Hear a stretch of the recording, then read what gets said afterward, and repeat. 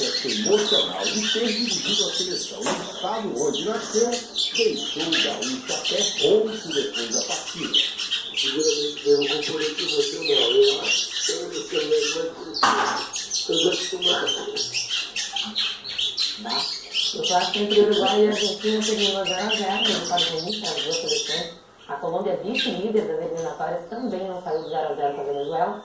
Já o Paraguai surpreendeu o Chile, está vivo na briga por uma vaga. Vamos então ver como é que foi. A partida em Santiago. Vidal marcou contra o primeiro do Paraguai.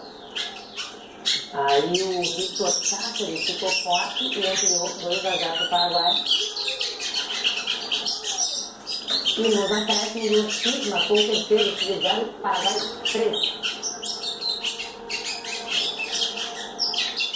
Em Lima, o Peru venceu a Bolívia também para a disputa. O Edson Flores foi o primeiro da seleção peruana. E aí outro belo chute, dessa vez de Cueva, do São Paulo. O Álvares tocou por cobertura e diminuiu. Pelo 2, Bolívia 1, placar final. Vamos dar uma olhadinha então na tabela das eliminatórias, né? Aqui, ó. O Brasil é líder, já está na Copa do Mundo, né? Na sequência ele está tudo embolado. Colômbia, Uruguai, Chile estão na zona de classificação.